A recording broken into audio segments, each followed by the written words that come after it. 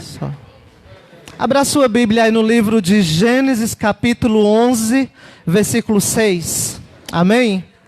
Eu quero falar rapidamente sobre algo que eu estou ministrando aqui. Né? Hoje é dia de Santa Ceia, de celebração ao Senhor. Amém? E, meus irmãos, aleluia. Glória a Deus. Bom ver rostinhos novos que não estavam vindo ainda. Isso é bênção demais. Irmãos, temos mais cadeira aqui para manter o distanciamento. Tá? Se quiser pôr mais cadeiras aqui na frente, pode colocar também. Se quiser ficar aqui do meu lado, pode ficar também. Né? Você é livre. Amém? Amém ou misericórdia? Aleluia. Gênesis capítulo 11, versículo 6. Eu quero ministrar algo bem rápido para você, porque eu quero ter um tempo de louvor e adoração ainda com você, de celebrarmos a ceia juntos, amém? Eu estou lendo um livro aqui, juntamente com a equipe, nós estamos ministrando em 12 semanas, o poder da unidade, amém? Amém, irmãos? Então, eu estou ministrando esse livro. Até falei com os meninos, vocês podem ministrar na célula também, num discipulado com os irmãos da célula. Só não pode ministrar com os líderes em treinamento, que eles têm que ser ministrados aqui por mim. Ok? Não é egoísmo, não. É porque como eu orei ao Senhor, defini isso, então eu quero ministrar para os homens, radicais livres, vencedores, aqui nas minhas reuniões. Ok? E eu queria falar um pouco sobre o quê? Sobre unidade, né? Porque nós vamos ministrar a ceia. E a palavra de Deus diz, quão bom, Salmo 133, 1 diz o seguinte, quão bom e quão suave é que os irmãos estejam em união. É como óleo precioso que desce sobre a barba de Arão, sobre a gola das suas vestes e etc, etc. Amém? Depois você pode ler lá na sua casa esse Salmo 133, 1. Por que eu estou falando sobre isso? Eu quero falar sobre unidade. Né? Nós estamos vivendo em um tempo que a igreja, querendo ou não, foi separada. Assim, fisicamente. No corpo de Cristo nós estamos juntos, estamos unidos. Somos um em Cristo Jesus. Tem todo o processo aí da quarentena que nós estamos vivendo, estamos respeitando também. Né? Tem irmãos que ainda não podem estar conosco, mas são parte do corpo de Cristo. Tem pessoas que já começaram a frequentar as células, né? Já começou a frequentar os cultos, mantendo toda a disciplina de distanciamento, máscara, álcool em gel e etc. Né? Mas por que eu quero falar sobre unidade? Porque, queridos, a unidade é o que move o coração de Deus. A unidade é o que... A bênção de Deus, ela é estabelecida na minha e na sua vida. Sem unidade, não adianta. É como a Karina falou algo aqui que me chamou a atenção. A palavra de Deus diz, de fato, que onde tem 2 ou 3 reunidos o nome dele, ele está presente. Mas o manifestar dele é quando eu decido buscá-lo. Quando eu decido fluir em unidade. É quando eu falo assim, eu vejo meu irmão lá triste com um problema, e falo... Descansa no Senhor, vamos buscar a presença do Senhor e o Senhor, Ele vai mover. Por que unidade? Porque, queridos, quando há uma unidade, o mesmo modo de falar, porque nós somos uma igreja de vencedores, amém? Nós ministramos sobre isso, nós vamos para a glória juntos ministrando isso. E lá você vai ouvir Deus falar, vocês são vencedores. Concluiu, está consumado, ok? Por que eu estou falando isso? Porque... se nós queremos ver o mover de Deus nas nossas vidas, se nós queremos ser usados pelo Espírito Santo de Deus, se nós queremos transformar vidas, não só na nossa casa, não só na nossa célula, não só no nosso trabalho, não só no culto, nós precisamos o quê? Ter o mesmo pensamento. Ter a mesma forma de pensar acerca do reino de Deus. Ter a mesma forma de falar acerca do reino de Deus. Não pode falar assim, a minha célula é melhor, então a célula lá do meu irmão, do irmão tal, é melhor. Não, queridos, a célula é boa onde você está. Onde você abre o seu coração e fala, eu quero ser transformado por Deus. Eu quero ser movido por Deus. Porque essa é a função da célula. É um discipulado para gerar intimidade. Ensinar você a ter intimidade com Deus. Então é na célula que nós aprendemos isso. No culto nós praticamos essa intimidade com Deus. né? No culto nós acabamos sendo ministrados juntos e nós entramos em um outro nível, nós começamos a praticar aquilo que nós aprendemos na célula. E olha só, a palavra de Deus diz aqui, em Gênesis capítulo 11, verso 6. E o Senhor disse: eis que o povo é um, e todos têm a mesma linguagem. Diga, linguagem. Isto é apenas o começo. Agora não haverá restrição para tudo que intentar fazer. Olha só, isso daqui foi um elogio de Deus. Isso daqui Deus estava elogiando o povo na hora da construção da Torre de Babel. Ele concordava com o que estava acontecendo ali? Não concordava. Porque Deus, ele é um Deus de princípio. E o povo se reuniu ali para afrontar a Deus. Falar, nós podemos chegar ao céu. Então nós vamos reunir, vamos construir uma grande torre que ela vai chegar ao céu. E o nosso nome será exaltado em toda a terra. Esse era o coração do povo. E aí o que acontece? Eles começaram a construir e construíram. Não concluíram, por quê? Num determinado momento o Senhor viu o coração deles e viu que não era bom. Porque Deus ele não olha só para as atitudes, Ele olha para o que está dentro. Não importa o que eu faça de bom. Ele olha para como está o meu coração ao fazer aquilo que é bom. Porque nem todo mundo que faz bondade é bonzinho. Eu mesmo conheci um professor na minha infância, que era uma pessoa maravilhosa. Maravilhosa, era assim, sabe, brincava com a gente na escola, sorria, afilhado do meu pai, ele era, né? Hoje nem sei se ele é vivo mais. E o seguinte, quando foi num determinado momento, uma criança desapareceu indo para a escola, e a menina tinha 7 anos, 7 não, 9, e essa menina foi achada toda esquartejada lá na minha cidade, pulso cortado, tudo, e foi feito um trabalho de feitiçaria. E depois foi descoberto que foi esse professor que fez isso. Então, assim, nem sempre as atitudes que as pessoas mostram ser boas, elas de fato têm um coração bom. Porque para ter um coração bom, é um coração transformado por Deus. Eu não acredito em mudanças de homem, que fala assim, eu era ruim, agora eu decidi ser bom. Se Deus não transformou, não é bom.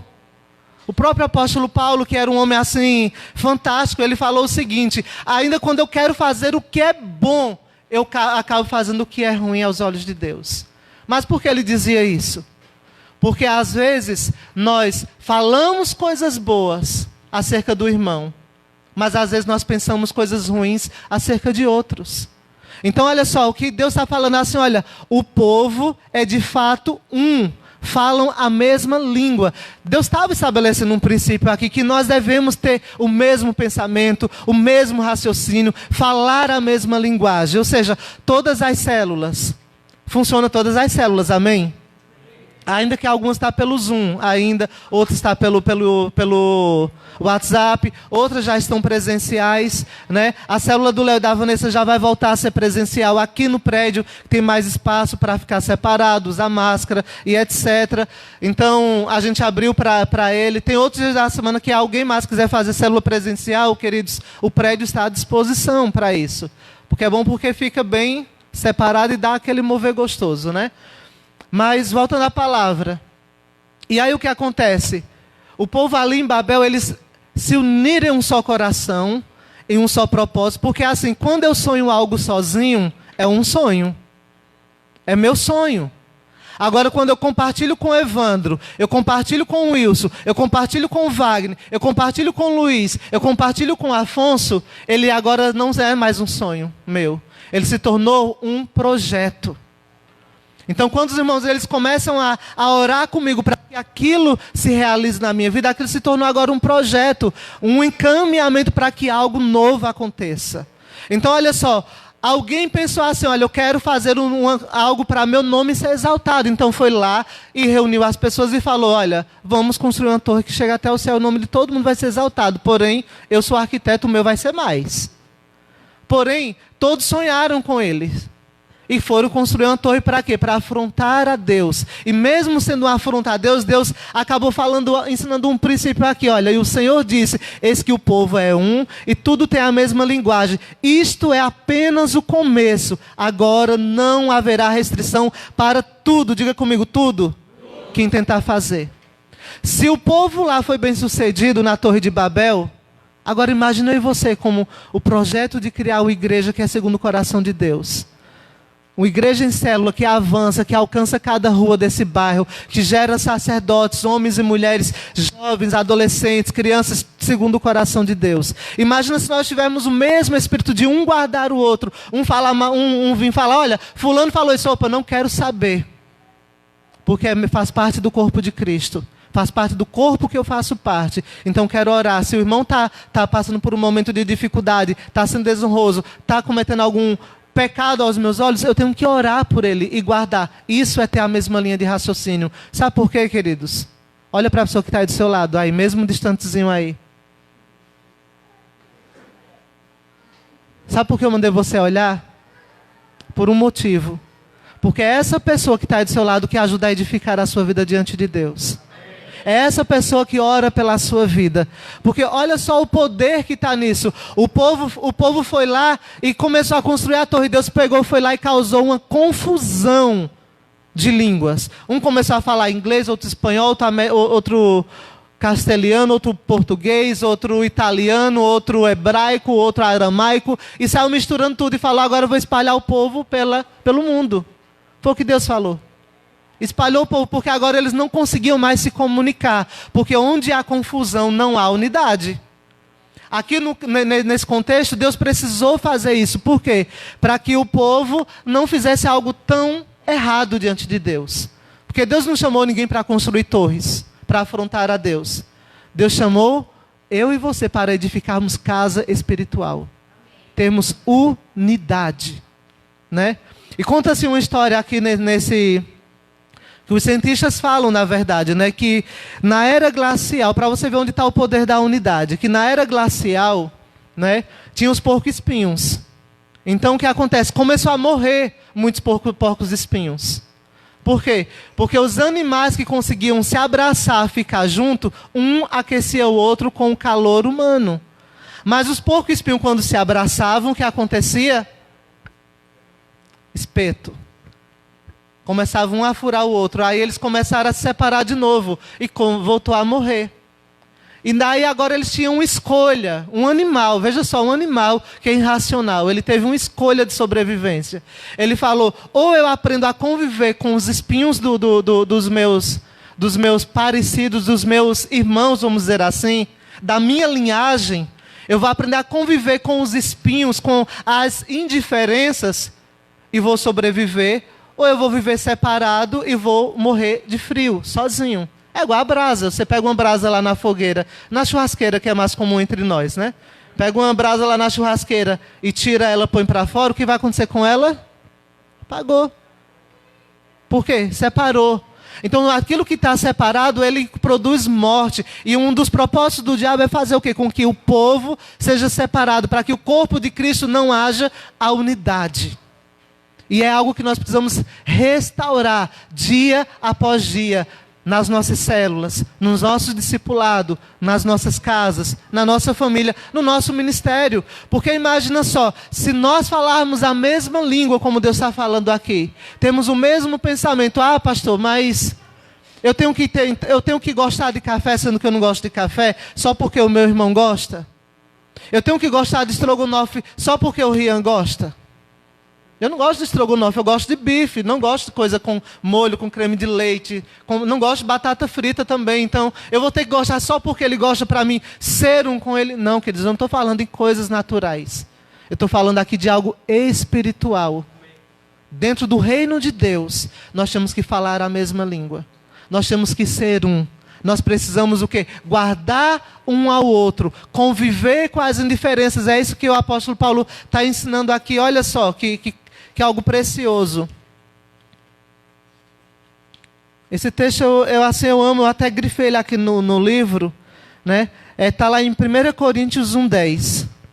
Diz assim, o apóstolo Paulo diz para a igreja de Coríntios, diz assim, rogo-vos, irmãos, pelo nome de nosso Senhor Jesus Cristo. Ou seja, ele estava fazendo um pedido aqui muito solene. Ele estava falando, eu estou pedindo para você em nome de Jesus. Não é em meu nome. Não é no nome do meu título de apóstolo. Não é no nome do meu título de quem fundou a igreja de Corinto, é no nome do nosso Senhor Jesus Cristo, e faleis todos a mesma coisa. Ou seja, a mesma língua, tem o mesmo falar, o mesmo parecer, e que não haja entre vós divisões. Né? Algumas versões estão dissensões. Antes, sejais inteiramente, diga assim comigo, inteiramente, unidos, na mesma disposição mental e no mesmo parecer, ou seja, no mesmo entendimento, no mesmo modo de pensar. Olha o que o apóstolo Paulo está falando aqui. Porque o poder da unidade é o que gera a vida no nosso meio. Então eu não posso, queridos, falar assim, a célula lá do meu irmão é melhor do que a minha, porque o meu líder não faz isso. Né? Porque às vezes nós temos esse sentimento. Às vezes nós queremos ir para outra célula, nós queremos visitar outra célula, porque nós admiramos outro líder. Aí eu falo assim, vai, e você vai descobrir que é igualzinho à sua. Sabe por quê? Porque nós falamos a mesma língua. Nós ministramos a mesma palavra. Nós ministramos o mesmo discipulado. Nós ministramos a mesma bênção. Então pergunta para o seu colega lá da outra célula. E fala assim, qual que foi a palavra ministrada na sua célula? Ele vai falar. Falou sobre o poder da unidade. Que foi falado no culto e está sendo ministrado nas células. Ou na sua foi diferente? Porque se o seu líder estiver ministrando algo diferente, então você me avisa que daí eu vou conversar com ele. Eu vou ter um discipulado à parte. Na verdade, eu não, né? Você me avisa que eu avisar o discipulador dele. E o discipulador dele vai lá conversar com ele. Falar que ele você até pode ministrar, mas você tem que manter o princípio. Porque nossas células é a nossa base como igreja. Se a célula não funcionar, nós não funcionamos como igreja. Porque é da célula que vem o mover para o culto, que vai o mover para a sua casa. Como eu falei aqui, nós expressamos aquilo que nós somos na célula. Então aqui nós aprendemos a manifestar, como a Karina falou, aquela unidade, a presença de Deus que há na célula. Então nós precisamos ter o quê? Ter o mesmo coração. Ter o mesmo coração é o trabalhar pelo bom funcionamento da minha célula. Por que eu estou falando sobre isso? Porque tem gente que chega para mim e fala assim, pastor, minha célula é tão fria. É difícil estar na célula, é chato. Eu sei que eu já passei por isso também. Às vezes a minha célula era chata. Mas era chato. Sabe por quê, queridos? Eu comecei a observar e descobrir. Era eu que não estava buscando o mover de Deus. Porque eu via lá o meu líder lá orando, jejuando pela célula, pagando preço durante a semana, vi o líder em treinamento da mesma forma, sabia que eles estavam tendo discipulado para o bom funcionamento da célula, e aí eu chegava na célula com o coração fechado, com problemas, às vezes problemas do dia a dia, e o louvor parecia que eu estava em outra dimensão. Enquanto os irmãos estavam no Santo dos Santos, eu não estava nem no pátio. Vamos dizer assim, eu estava longe. E aí o que aconteceu? Depois eu falava, a célula foi tão chata hoje. Eu ainda tentava contaminar o outro irmão, que a célula foi bênção para ele. Vamos lá, falando em línguas, sentando na presença de Deus, eu falava, nossa, a célula foi chata, foi fria hoje, né? Eu já fiz isso. E aí o que acontece? A frieza estava em mim. Depois quando eu olhava para mim mesmo, eu falava, meu Deus do céu, era eu que não busquei com intensidade. Foi eu que não levei aquilo que eu não pratiquei na minha célula, aquilo que eu deveria praticar, a presença de Deus, porque eu sou o sacerdote. Eu sou a oferta, então eu tenho que me entregar no altar do Senhor. Então quando eu vejo os irmãos em unidade, porque imagina só, quantos aqui querem ter poder para curar? Para libertar pessoas, para ganhar vidas, para abençoar pessoas, para restaurar famílias. Todos nós queremos esse poder, está em mim e em você, queridos. Está aí na sua vida, se chama Espírito Santo de Deus. Agora ele só é manifesto quando você tem o mesmo coração. Agora se eu tenho um coração crítico a tudo que acontece na célula, se eu tenho um coração crítico ao meu líder, eu tenho que falar assim, Senhor, eu preciso mudar a minha vida. Senhor, me dá o teu coração. Senhor, me dá os teus olhos. Eu não estou falando isso aqui direcionado para ninguém, porque eu não estou visitando as células. Não sei como que está. Eu sei como que está pelo grupo. E assim, o que eu estou vendo é que está a bênção, as células dos irmãos. Ainda que por Zoom, alguns está sendo bênção, está sendo discipulado. Bruno pagou um preço de estar ministrando durante a semana, fora o dia da célula. uma palavra abençoada juntamente com os líderes em treinamento. A Tainara está fazendo discipulado online, ainda que seja online, mas está ministrando. As meninas estão sendo ministradas, estão ministrando também. Algumas células já voltou presencialmente. Isso é o quê, irmãos? Unidade. Mas nós precisamos agora andar em unanimidade. Qual a diferença de unidade e unanimidade? É que unidade é quando eu pratico até a mesma coisa. Gosto da mesma coisa, tenho o mesmo sentimento. Mas unanimidade é quando eu sonho junto, é quando eu estou junto. Porque eu posso pegar um saco de batatas aqui, queridos, aqui é todo mundo uma batata. Olha para a pessoa que está do seu lado. Essa batata bonita, maravilhosa aí.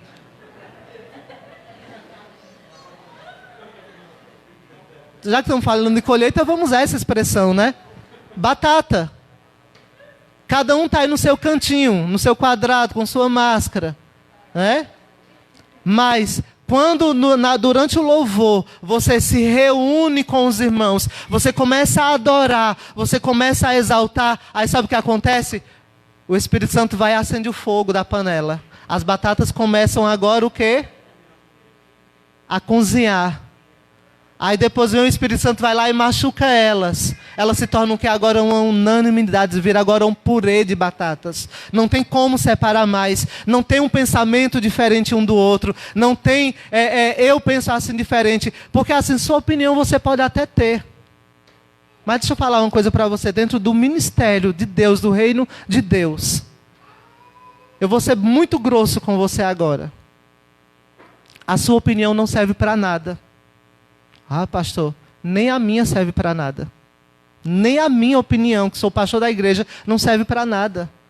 O que interessa aqui é essa opinião aqui, ó. É esse princípio. É esse mandamento. É o que está aqui que importa. Então eu tenho que colocar a minha opinião dentro do sonho do coração de Deus, para que as coisas aconteçam. Porque às vezes eu quero desenhar uma célula ótima, eu quero desenhar uma igreja ótima. E já veio pessoas para mim falar assim, eu vou sair da igreja porque a igreja não é perfeita. Porque o irmão lá passou por mim na rua e não deu a paz. Irmão, já ouvi tanto isso, é criancice. Eu já ouvi tanto isso. E teve uma vez que eu peguei e falei para uma pessoa, saia. Em nome de Jesus. Você quer que eu ore pela sua saída? Saia. Agora, no dia que você encontrar uma igreja perfeita, fique bem longe dela, porque você vai acabar com a igreja.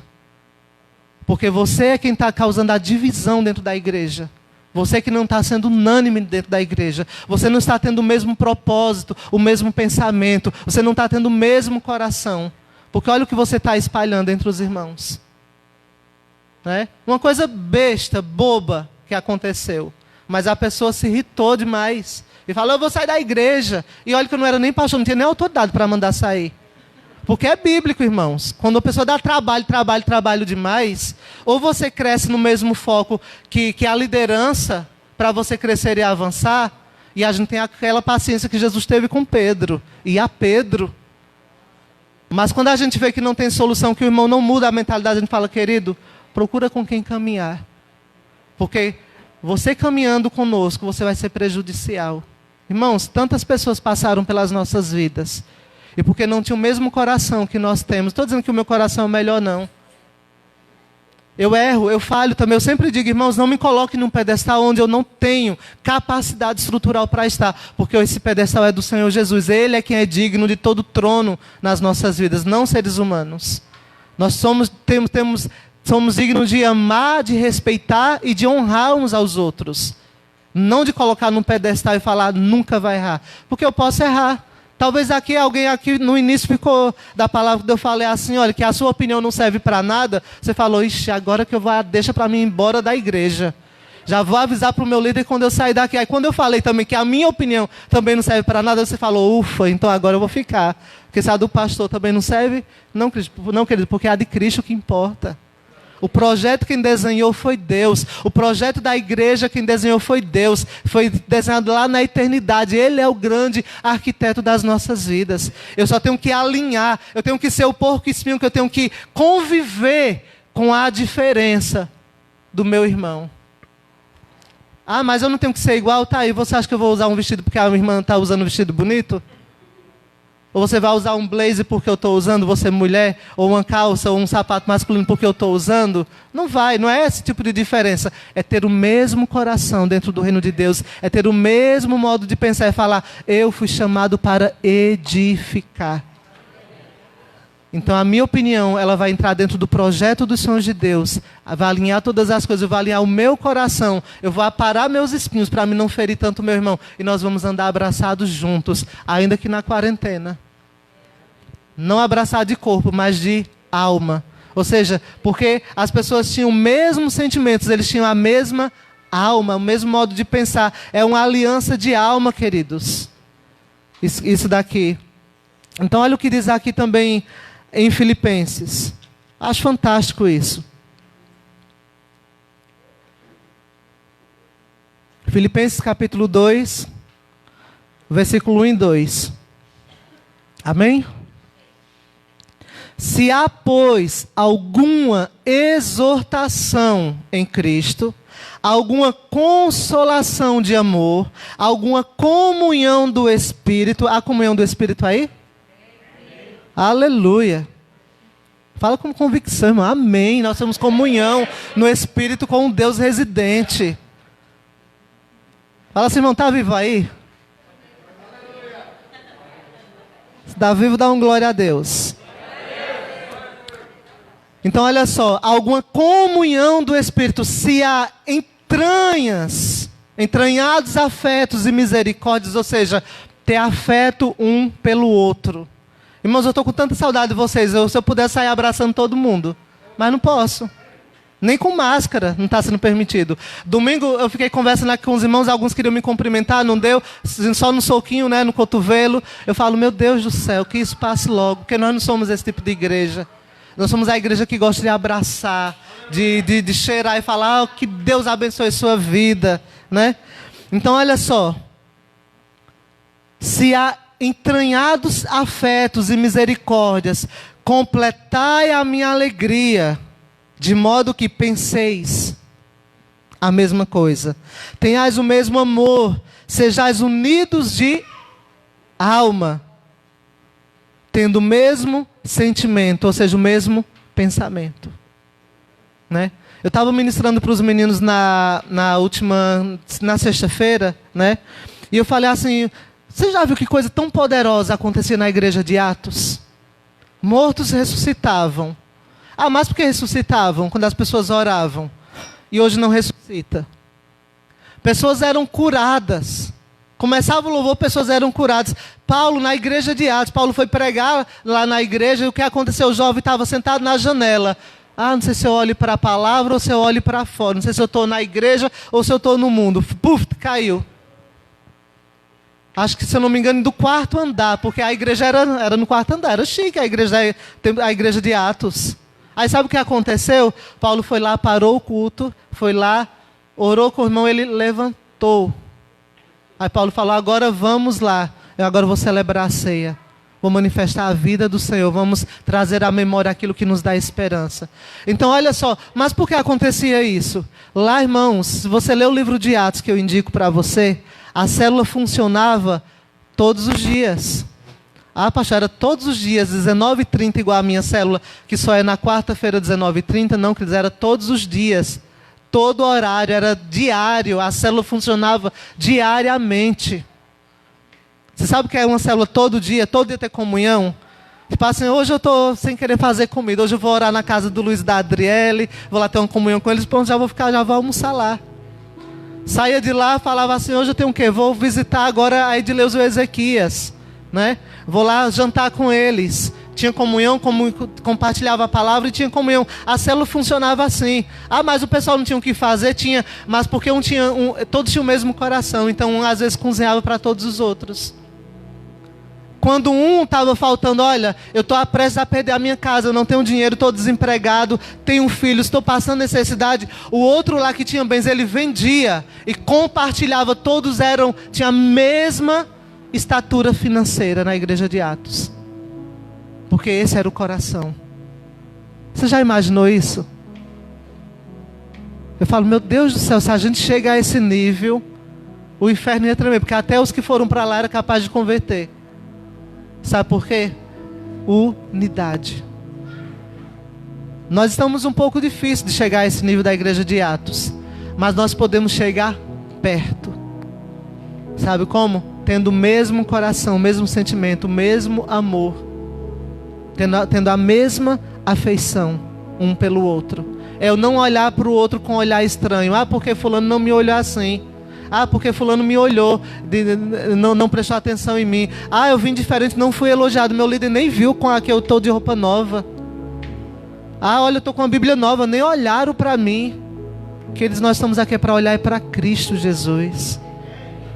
Você é a expressão dele. A gente não precisa demonstrar afeto, demonstrar amor, lambendo um ao outro toda hora, babando, elogiando toda hora. Porque até se uma pessoa te elogiar demais diariamente, toma cuidado. Ora, pede revelação, discernimento de Deus, porque alguma coisa tem. Tem gente que tem um coração santo mesmo, como João tinha. Enquanto os discípulos estavam dando trabalho, alguns, Pedro estava dando trabalho, Tomé, Judas estava tramando, João estava lá deitado no peito de Jesus. Ele falou, não estou nem aí se fale que eu sou meloso, porque João era meloso. Ele amava tanto a Deus, porque a Bíblia não fala que ele deu trabalho para Jesus. Mas ele amava tanto, que ele ficava olhando todos os ensinamentos, e quando Jesus sentava, ele falava, eu quero sentar no teu colo, Pai. Eu quero aprender com você. Ele não dava uma palavra, mas também quando o homem abriu a boca, olha o evangelho que ele escreveu. Ele revelou Cristo na essência do Filho de Deus, naquele que salva o mundo. Aquele que tira o pecado do mundo. Depois, Apocalipse.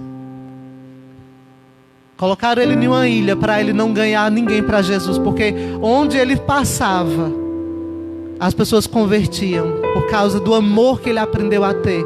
E ele nunca criticou. Você não vê ele criticando os discípulos. Ah, Senhor, olha, eu estou aqui no teu peito, toma cuidado com Pedro, hein? Pedro é meio nervoso. Ele é sanguinário, tem sangue nos olhos, esse daí. Ah, cuidado com aquele dali, ó, com Judas. Porque Judas, todo mundo associa o nome Judas a traidor. Não significa traidor. Só que Judas, ele era todo enrolado. Jesus sabia que ele roubava o tesouro do templo. Jesus sabia que ele era traidor. Mas Jesus falou, eu vou investir do mesmo modo, para que ninguém tenha o que falar de mim. Então esse é ter o mesmo sentimento. Jesus não tratou com diferenças nenhum dos discípulos. Por que eu vou tratar? Por que você vai tratar com indiferença os irmãos? Tem igrejas que valorizam aqueles que são mais ricos financeiramente. Só que a Bíblia diz, sabe o que, queridos? É os humildes que vão alcançar o reino de Deus. Porque esses têm visão de receber Jesus como Senhor e Salvador. E o Senhor vai trazer prosperidade para eles. Eu vi um testemunho lindo na última conferência que eu fui lá em Goiânia. Eles começaram, um casal de pastores começou a abrir uma igreja lá. E começou a investir. Sabe quem você acha que ele foi pregar para ricos? Em hospitais de luxo, pregar para doutores, para engenheiros. Eles foram pregar para os mendigos nas ruas. Lá no Paraguai. Assunção, Paraguai. E sabe o que aconteceu? Esses mendigos, eles ensinaram a honrar a Deus com tudo. Hoje esses mendigos é quem sustenta a igreja. Eles dizimam em dólar na igreja. Pesquisa, depois eu vou lembrar o nome da igreja e vou colocar lá no grupo para você. Alguém me lembra de fazer isso, por favor, porque eu esqueço. E você vai ver hoje essa igreja lá, eles foram pregar lá na Videira, lá em Goiânia nesse dia. Eles testemunhando, falam, meu Deus do céu, que coisa tremenda. Uma igreja que eram hoje o prefeito da cidade, o governador, eles não tomam nenhuma iniciativa sem antes pedir aconselhamento a esse pastor. Porque eles creem que ele é homem de Deus, porque ele restaurou toda uma cidade, uma comunidade. Eu não lembro se é esse o nome dele. E aí hoje a igreja lá, para você ter ideia, a igreja lá é um espetáculo. Gente, o culto deles é um espetáculo. Você fala assim, não, é um show isso daqui. Não tem condição de ser só um culto. Porque a igreja é um estádio do tamanho de um estádio de beisebol. Você sabe o que é isso? Ela até é o formato. Eu falo, meu Deus, que coisa tremenda. Mas sabe o que? Coração, de ter o mesmo sentimento. Todos os discípulos que foram caminhar com eles iam no mesmo propósito. Nós vamos erguer uma igreja de vencedores aqui na cidade. Hoje eles têm postos de saúde que pertencem à igreja, que cuida da comunidade gratuitamente. Tem escolas por princípios lá. É um país que tem dificuldades financeiras, mas a igreja lá é grande e rica em Cristo Jesus. Sabe o que um mendigo dizimar em dólar, irmãos? E não é coisinha pouca não é dízimo. Se tornaram empresários por causa do mesmo coração. Porque cresceram no mesmo sentimento. Porque onde há o mesmo sentimento, há unidade, a prosperidade do Senhor habita. Toda pessoa que ela é desonrosa, ela não é abençoada e não é próspera. Você pode parar para pensar. Então, se você vê alguém nesse quesito de desonra, não vai criticar, não. Não vai falar, pastor, olha, precisa orar lá pelo irmão, pela irmã. Não, querido, traz para perto. Fala, querido, vamos aprender a honrar juntos. Vamos aprender a crescer juntos. É que você ainda não aprendeu esse caminho. Vamos crescer juntos. Vamos honrar os nossos líderes, vamos honrar a nossa liderança, vamos honrar o Espírito Santo, principalmente que habita em nós, de crescer, de avançar. Amém? Então, essa é uma pequena palavra só que hoje eu queria deixar para você, porque eu quero cear com você. Hoje é noite de renovo. Amém? É noite de renovo e eu quero cear com você. Eu queria que o Ministério do Louvor viesse aqui para frente nos ajudar. Nós vamos ministrar aquele louvor, Vitorioso És. Amém?